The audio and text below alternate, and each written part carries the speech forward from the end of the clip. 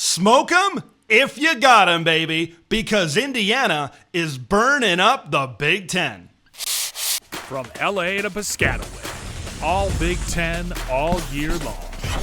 This is Big Ten 10. Even I underestimated the Hoosiers, the guy that picked Indiana to win this football game, and I felt really comfortable picking the Hoosiers in this game. I thought Nebraska would give Indiana their stiffest defensive competition, their stiffest defensive test of the season thus far, but it was just another ho-hum Saturday. It was just another day at the office for Indiana. They've been giving beatdowns to Big Ten opponents. Nebraska was just another victim. They fall just into that crowd where the UCLAs and the Marylands and the Northwesterns have been falling so far this season. Folks, this is what happens when an administration nails the coaching hire, when they bring in the right head coach that can work within the system, work within the model of college football, bring in transfers and assemble a roster like Curt Cignetti has done. And then when you have that administration and you have that collective investing in not only the head coach, but the program financially, this is what can happen. Even at a place like Indiana that has not had a lot of football success over their history, you can get out to one of the best starts in program history. This is what I love about the new age of college football. You feel that if you nail that recipe, you nail those two things, you get that combination, you have a chance, even in a Power 2 conference like the Big Ten. Indiana is a part of the big boys, whether you like it or whether you don't. I want to talk about Curtis Rourke before I get into my takeaways and that injury to his thumb specifically. I believe if this game were closer, it was a one-score game, it was a two-score game, we probably would have seen Curtis tough this thing out. You could tell his throws certainly look different after that injury. You know, the zip on the ball, the touch on the ball, that thumb pressure on the football, of course, is very important to the complete throwing motion of a quarterback. But considering where they were at that point in the game near halftime, what was it, a 3-score game, 4-score game at halftime? Indiana was absolutely taking control. You know, they wanted to get to the run game right and really milk the clock in the second half, get Taven Jackson some reps, and he actually looked pretty good out there. But I think Curtis is going to be fine. After that injury, he was still throwing the football late into the first half. And even though he didn't look certainly at the top of his game, he can still certainly throw the football. You give him a week to get back, and I know that can be a nagging injury on the thumb injury for a quarterback, but you give him some time, I think he'll be ready to go. And we all know he's a very integral part to this Indiana Hoosier attack. All right, folks, let's get into my takeaways. The Indiana Hoosiers are the real deal. They utterly dominated the Nebraska Cornhuskers on Saturday. But how did they dominate? What did they dominate? Well, they dominated in the trenches. And they dominated in space. What else is there to dominate in? Let's start first with the trenches for the Hoosiers in this game. You know, the big thing for Nebraska, what they needed to do, they needed to unleash their defensive line. They needed to get pressure on Curtis Rourke. They needed to try to get this offense off schedule. Those are empty check boxes, right? Because Indiana's offensive line did a great job of getting the push early in this game. Like, you look at that first drive of the game, where they had some big runs with Justice Ellis, and Tyson Lawton, of course, got involved a little bit later in this game with a couple of touchdowns. But how they were able to out-physical Nebraska in the trenches, that's something that people weren't talking about a lot with IU. A lot of the attention went to Curtis Rourke. A lot of the attention went to these weapons, and rightfully so. But the trenches for Indiana are very good. And you saw that against the trench in Nebraska's defensive line. That was also very good. The great thing about Indiana is they can run the football extremely effectively and they can throw the football extremely effectively. Their ability to run the football and really dominate Nebraska in the trenches was a key part to them getting up early and establishing what they wanted to do early in this football game. Let's talk about the Hoosiers' defensive line. Of course, what did Nebraska need to do? I think we all agreed. Marcus Satterfield, the way he called the game, I think he agreed too, is they needed to, Nebraska wanted to throw the football. Now, Indiana did a great job when Nebraska tried to run the ball. They were pretty darn good, right? And we'll talk maybe a little bit more about Nebraska's offensive line here a little bit later, here in this reaction. But Indiana's defensive line also got pressure on the freshman quarterback. Now, it didn't hit home, of course, every time. Dylan Raiola is very good at evading the pressure, but it's quickening those decisions from a freshman quarterback, forcing him into mistakes. A couple of turnovers certainly helped swing the momentum even more for Indiana and continue to make this the blowout that it really was in this game. So when you look at both sides of the line of scrimmage, certainly this was a big-time victory for Indiana in that respect. Now, when we talk about Indiana's defensive line, I think their ability to win in the trenches also goes back to the secondary. That was a matchup that I touched on my preview where I thought, hey, I think Nebraska can move the football through the air because this was not a great Indiana pass defense. But they played very well. They covered really well in this game, and I think that allowed that Indiana defensive front, that extra second or so, to get pressure on Dylan Raiola, and then you saw exactly what happened from there. So winning in space on the defensive side of the football was certainly a box check for Indiana in this football game. And then we talk about offense.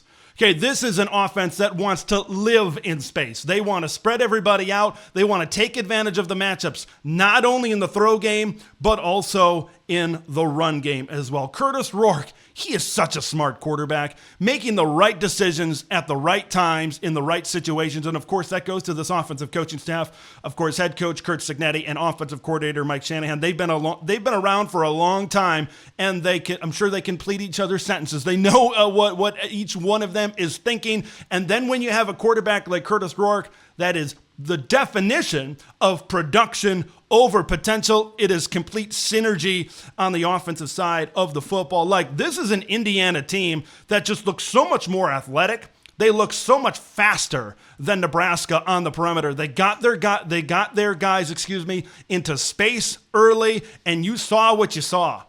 Big time advantage for Indiana because they just have so many weapons. They have so many weapons across the formation, and you saw each and every single of these weapons get involved, whether it was Justice Ellison in the run game, whether it was, Miles Price, whether it was Miles Cross is in there as well, whether it was Elijah Surratt, Zach Horton at tight end, like whoever it was. That's the beauty, and that's what's so difficult about Indiana is because they're always able to stay, from a play calling standpoint, they're always able to stay a step ahead of the defense. They've got a really good coaching staff, and they got a really smart quarterback, and they got so many weapons. If one weapon isn't working in the pass game, they go to the other. If the throw game isn't working at one particular moment in time, it's usually working, all right? But they can go to the run game, and they're one of the best rushing teams in the Big Ten Conference, certainly right now. When you look at the Indiana Hoosiers, folks, lately there have been a lot of talking points nationally. Well, the Big Ten looks like a 3-bid league as it pertains to the college football playoff. You best put the Indiana Hoosiers as that fourth team, because what the schedule shapes out as, this win, I think, proves just how good that they are and how dominant that they are. And they were ranked 16th in the country.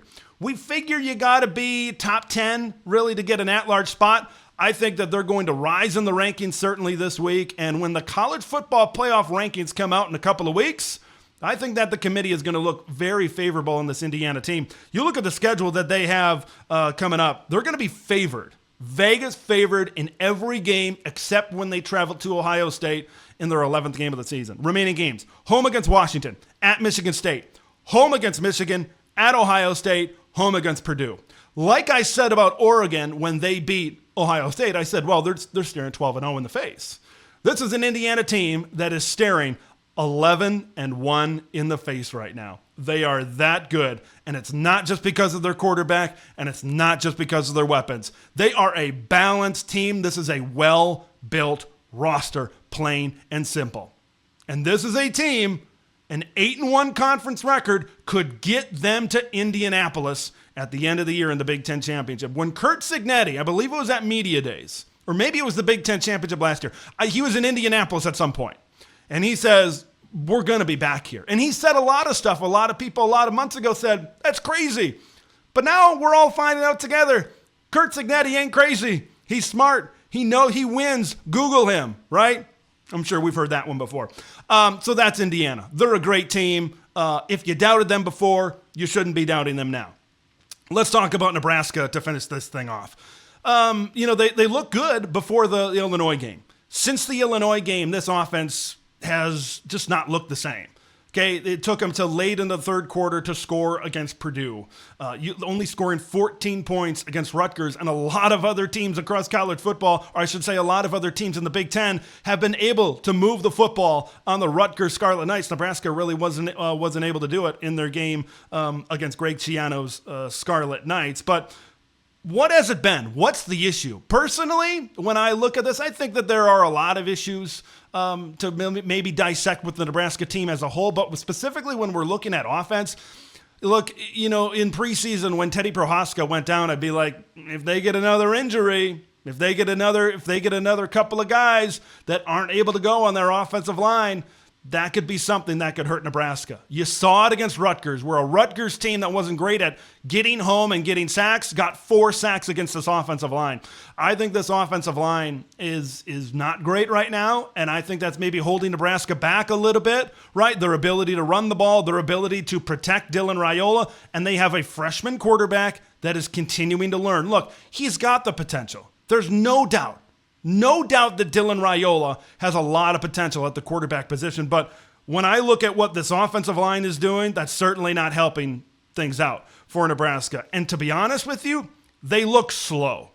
Nebraska as a whole just looks slow against Indiana. They look like a Big Ten West team facing off against one of the better Big Ten East teams. That's what it appeared to me, or a fast like Pac-12 type of team, and that's kind of how Indiana certainly is built.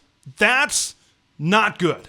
And when you look at the rest of the schedule, you kind of go down for Nebraska the rest of the way. They have to go to Ohio State next week, and now maybe this thing can start to snowball a little bit. You've got USC down the stretch. You've got Wisconsin down the stretch. They're playing good. They're at 5-2. You've got Iowa down the stretch as well. So Nebraska's got to find a way to right the ship somehow on offense. And they were leaning on their defense. If this defense maybe isn't as advertised, this is a Husker team that is they're going to have to figure out issues on both sides of the football. We've seen Nebraska be in a lot of close games. Now, they got blown out by Michigan last year. Remember when they got blown out by Oklahoma? I think that was the first Mickey Joseph game a couple of years back. But this has been a team that just plays in a lot of close games.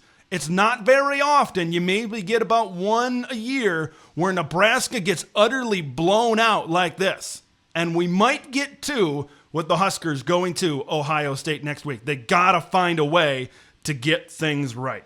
Indiana is that squad, folks. Those are my thoughts. I want to hear your thoughts on everything Nebraska, Indiana. The Hoosiers are the real deal, folks. Thanks for watching Big Ten Ted, where it's all Big Ten all year long.